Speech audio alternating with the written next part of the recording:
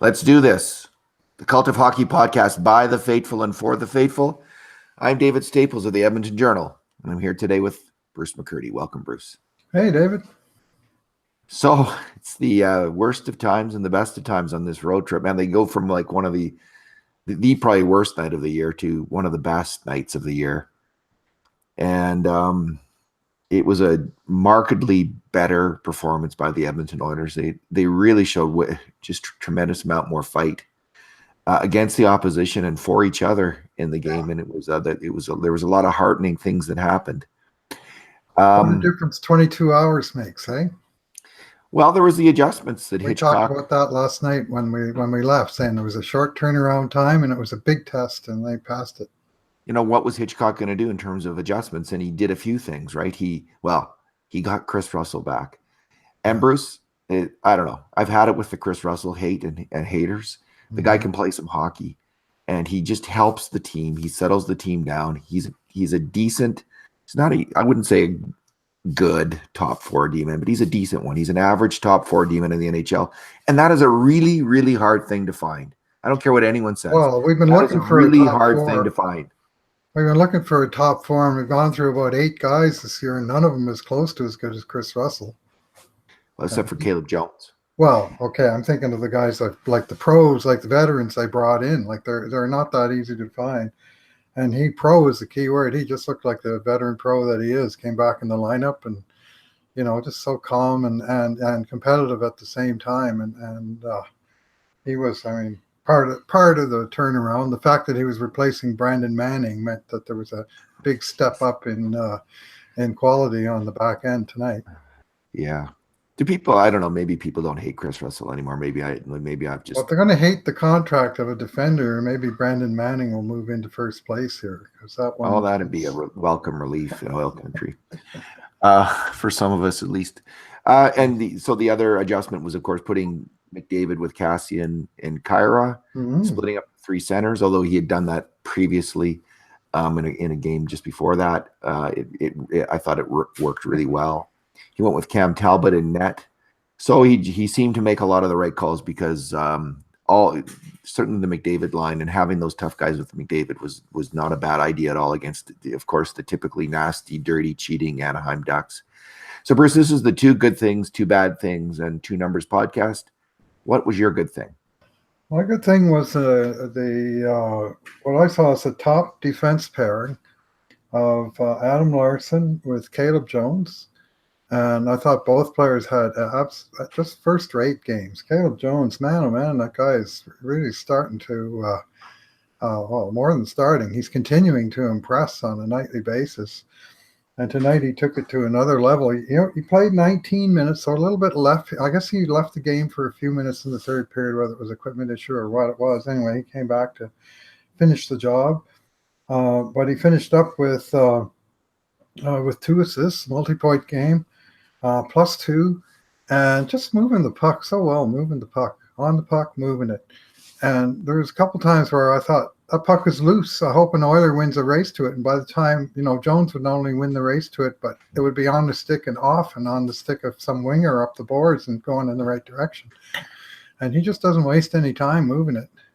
Best Oilers puck-moving D-man since Andrei Sekera in 2016-17, Bruce. He has a lot of the same qualities, as a matter of fact. Not a kind of a player who's going to overwhelm you with his size, shot, even his speed. He's very agile. He's fast. He's fast. He can certainly skate, and Sekera is a strong skater as well. But they're not blazing. We're not talking Paul Coffey speed here, but just so agile, smart with the puck, and calm with the puck, which is the quality that Hitchcock mentioned about Caleb Jones being such an unusual thing that you can't teach to a defenseman. And he has just it's just been an eye-opening experience watching him play, because it just shows what we've missed since Andrei Sekera has been out. The Oilers have desperately missed that player. And I know Oscar Klefbom is a good puck mover, but he's not in that same category, I don't think, as Sekera when Sekera was at the top of his game. He's good, but Sekera was, I think, a great puck mover because he was so calm. Passes on sticks all the time. Anyway, Caleb Jones, and for his part, Adam Larsson was a rock. And together they made a very nice pairing. Adam Larson, he was +3 on the night tonight, played 23 and a half minutes. And he was, I don't know how many puck battles he won, or at least sawed off. And the Ducks are relentless, man. They're so good at sealing off the boards and the blue line. I don't know how many times I was cursing at the TV because it took the Oilers 5 and 6 chances before they could ever get the puck over the blue line. But the Ducks are just so good at winning those battles, and the defensemen are just aggressive on the lines. And so the play spent a lot of time in Edmonton territory, especially with Anaheim chasing the game. And I love the way the Ducks play hockey, Bruce. Actually, like the way they pressure you on the offensive end. That is the modern NHL game at its best. Anyway, just relentless, like you say. The Oilers they soaked up that pressure, and they mostly kept the play to the outside. And I mean, Ducks were getting the shots on them, but I got a dog at the door here. Yeah, my cat is playing with some kind of toy too. I'll let you talk in a minute. Anyway, the Oilers were patient defensively, and they weren't chasing the puck. There was a couple times I was thinking, geez, where's the winger? He's got to get to that puck and chip it out. And you know how they had the most success with getting the puck out was the aerial route, where if they did have a half second to get it, they would flip it and up and out. And other than that one time, Puljujärvi misguided one into the seats. I bet you the Oilers cleared the zone on punts more than any other way in this game. And just given the way the score was and the way the Ducks were pressuring, it wasn't really inappropriate. It was defensive hockey, but when you're up by 3 or 4 goals, defense comes first, and they paid attention to details. My good thing, Bruce, is I'm going to call it the Day of the Dead, and you're going to deal with your dog there. I think my cat has stopped playing with the toy. Here you are back. So my good thing, Bruce, is the Day of the Return of the Living Dead, or whatever you want to call it. There's all these players, including myself and others, had written off. Craig Button had written off Jesse Puljujärvi, thinking he might be a bust last week, and there, Jesse Puljujärvi falls down and drops his stick more than any other player in the NHL, I think. But he did make some nice plays tonight, and he did score a very nice goal by going to the net and using some skill as well at the same time, and kind of an Dave Ondrejchuk kind of goal. Yeah, good call. And he's just. I hope he can be an NHL player. He has some obvious physical gifts. He clearly needs to get a little stronger, sounder on his skates, and a bit more savvy on the ice. So we'll see. It's an unfolding story before our eyes, but you need the odd goal to move the story in a positive direction. Because if he wasn't, he was going to be sent down to the minors, I think, in the next week or two if he doesn't start scoring. So the other guys, Gambardella, people were talking about him being sent down, but him coming to the aid of Connor McDavid was actually my highlight of the night. I just love that. I love little Joe Gambardella, and I love the guy's hustle. I like how he works. I like a lot about Gambardella. I think he sure did a lot, I bet, to endear himself to his team and his coach. Good. And to the NHL, and maybe he's going to stick around a few more games than anybody thought. There was Milan Lucic, who absolutely destroyed Montour on a forecheck. Now, he could have got a penalty for holding on that, if we're completely honest. He did get his hand on his body.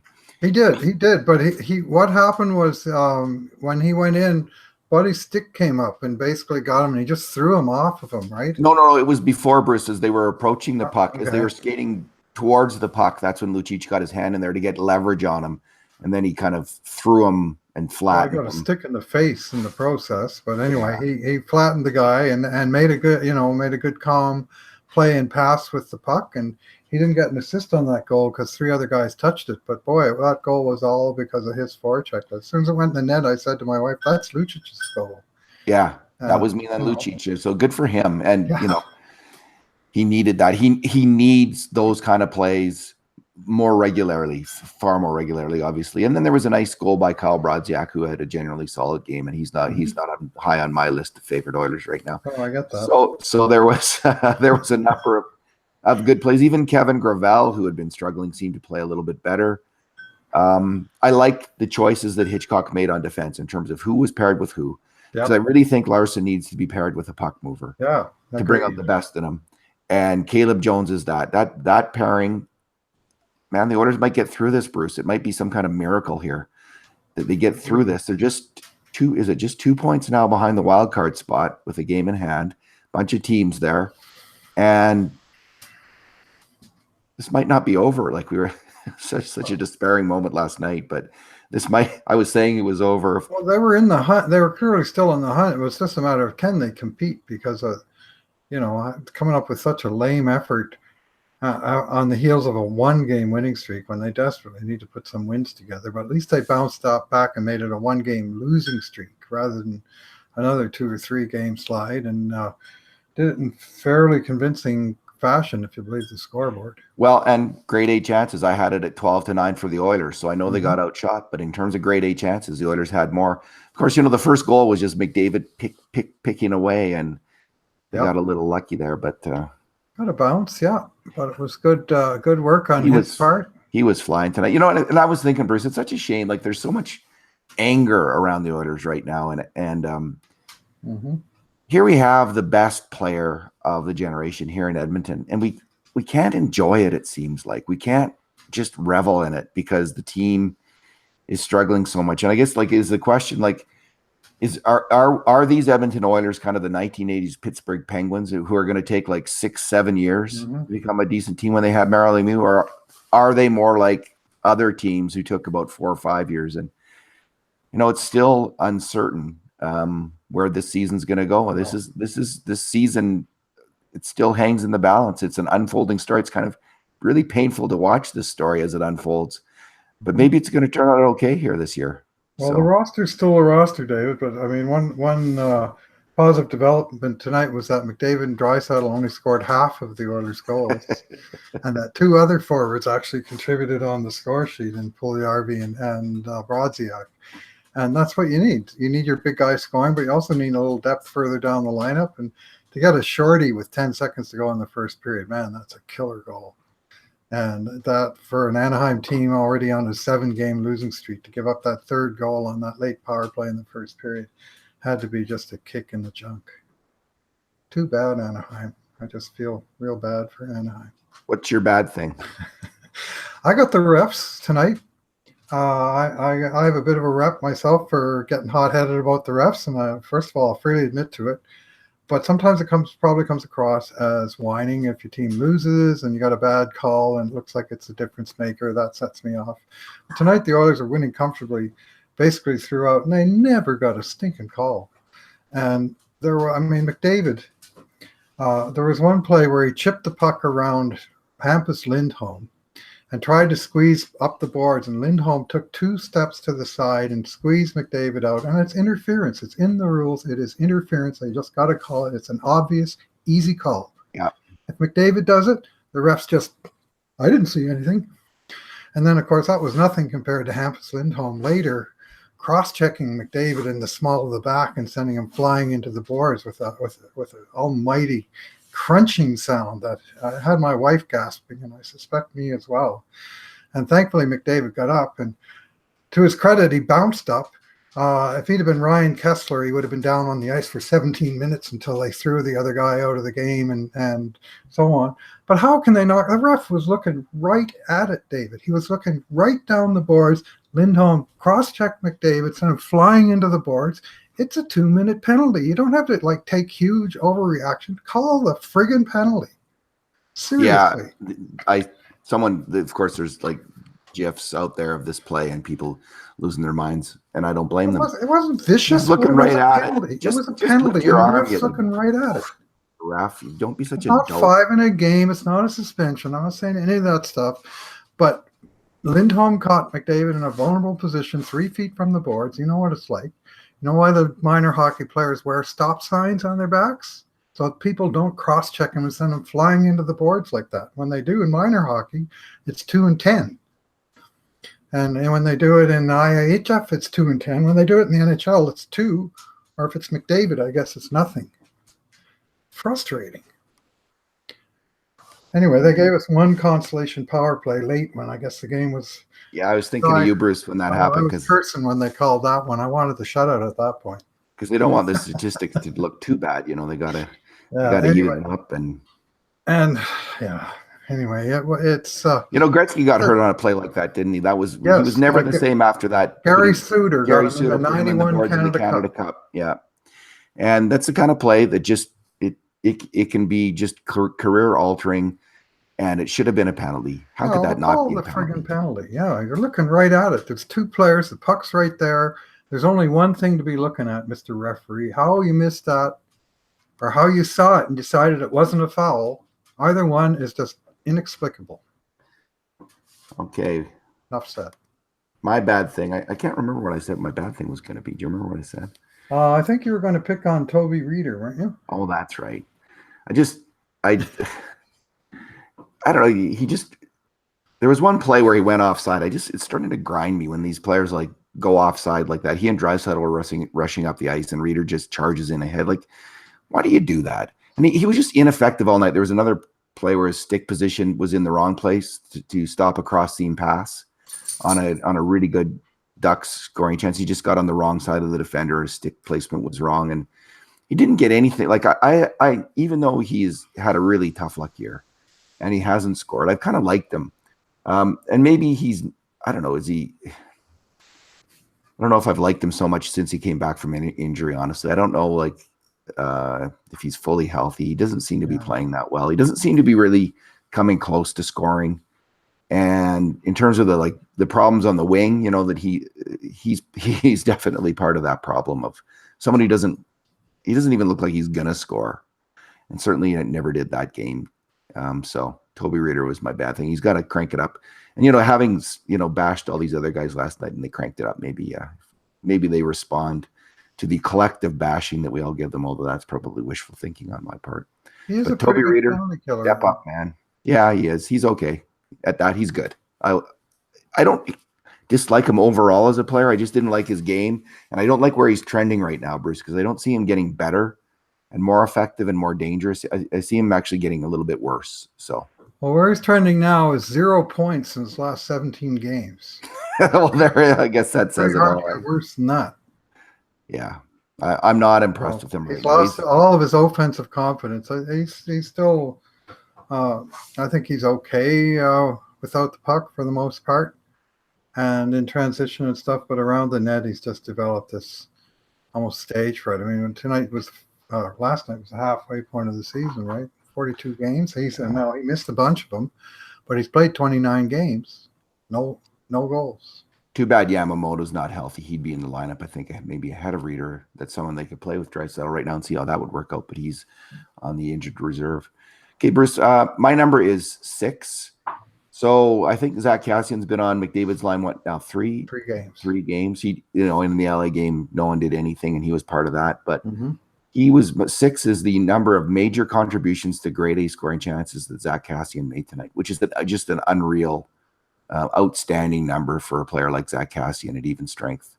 And McDavid had the same number, and he just seems to be able to keep up with McDavid and make plays with him.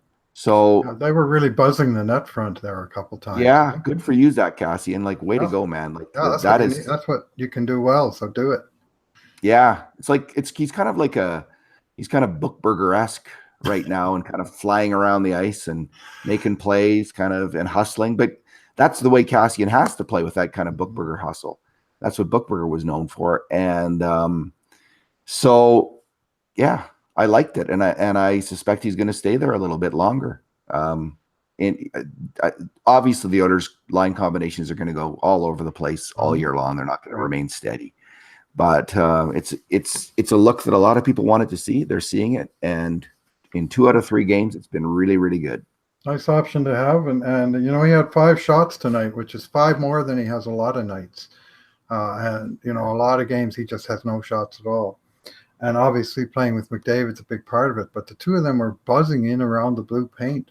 There's probably 3 or 4 different sequences where they were all over. And you were sort of shaking your head. How did that not go in? And the one, of course, they did go in. That was the game winner, and Cassian earned an assist on it. He had 1 assist all year. until he got put on McDavid's line. Now he's up to 3. So, I got pointing in the right direction. What did they say about Gretzky and fire hydrants, Bruce? Well, what's your number? Yeah, and anyway, I hope Kurt gives him a good high grade tonight. I skunked him pretty good last night because he had a bad game, but he sure didn't tonight. And credit where due. Oh, he's Kurt's kind of player. I think Kurt will give him a good mark. Yeah. What's anyway, your number? My number tonight is 39, and that's the number of saves made by Cam Talbot.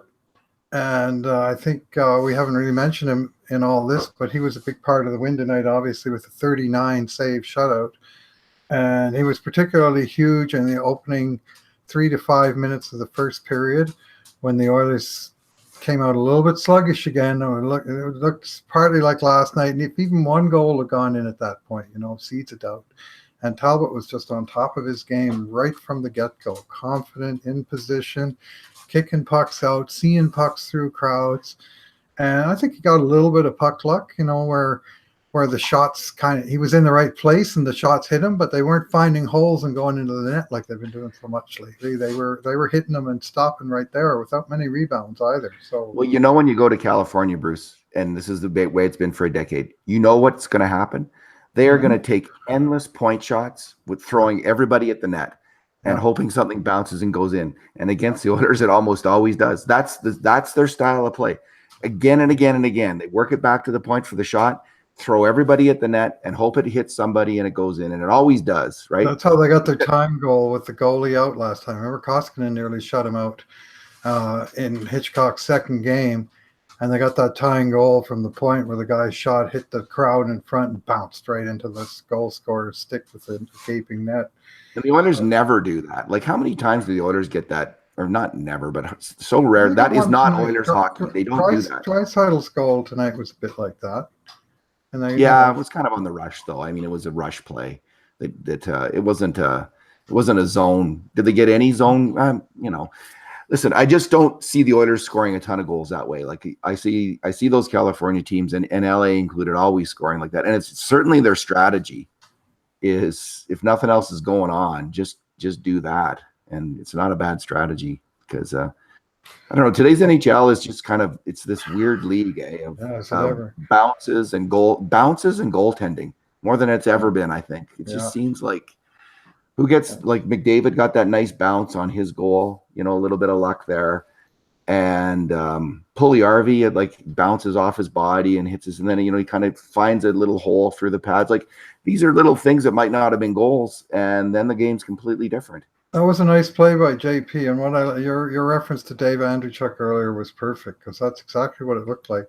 He didn't just shovel it at the net; he actually had to stick handle that puck. Yeah, and it took 3 touches under pressure with 2 guys pushing on him and a goalie to beat, and he was able to pull it back and pull it onto his backhand and get off a decent shot that was able to find a hole. But it showed nice composure and also going into what they call the dirty areas. I'm not sure why they're called the dirty areas. Maybe because the paint is blue or something. He's willing to do that, Puljujärvi. He constantly goes to the front, but he's just got to make that play. 1 in 4 games, 1 in 4 games, he's got to make that play, and then he can play in the NHL. Mm-hmm. And if he can't do it, he won't. Simple as that. And he shows some amount of determination, like to go into those tough areas. I think he could still be a bit more physical, and I'm sure the Oilers would like that as well. Like to, especially in the defensive end, in terms of getting that puck out, just kind of bull it out more. But anyway, so Bruce, let's leave it there. Yeah, it's leaving. Got a lot less bitter taste in my mouth tonight than last night, and yeah, you were. I don't blame you. Beneath acceptable, right? There's certain level you get beat, and I've been, I think, fairly level after a lot of losses this year, but that one was tough to take, especially against the old nemesis like the LA Kings. I'm Bruce. I'm just desperate myself for them to be in the playoff race through the year. I just want I think I can even as a fan, I could probably obviously I can accept a lot as a fan because I'm still a fan. But if we can go to the end of March, early April with them right in the playoff, with them in the playoff race, that'd be fantastic. That would be for a fan, that would be a satisfying year. And hopefully they make it, because I really do believe if you make it to the playoffs in the NHL, who knows what the hell's going to happen? You just do not know. I mean, Vegas made it all the way to the Stanley Cup Finals. That was not a powerhouse team, and who knows if you make it? So I'm just, man, that'd be great if they make it. So I'm hopeful again today. I just want to be competitive, and the good news here is that if you're going to win one of these two games in the Los Angeles area on the weekend, much better tonight's game than last night's game. And San Jose that's a real test. That's a real test. Because if they lose in San Jose, like everything they gain tonight, they just give away if they get nothing out of San Jose. That'd be fantastic if they can. Yeah, well, they got 2 wins out of the 4-game road trip, so at least to some degree they've stopped the bleeding. But it'd be nice to get at least 1 point out of San Jose and come home with a plus record, and ideally that you get the win, obviously. Bruce, thanks for talking tonight. Thanks for listening, everyone. And in the meantime, and in between times, this has been another edition of the Cult of Hockey podcast.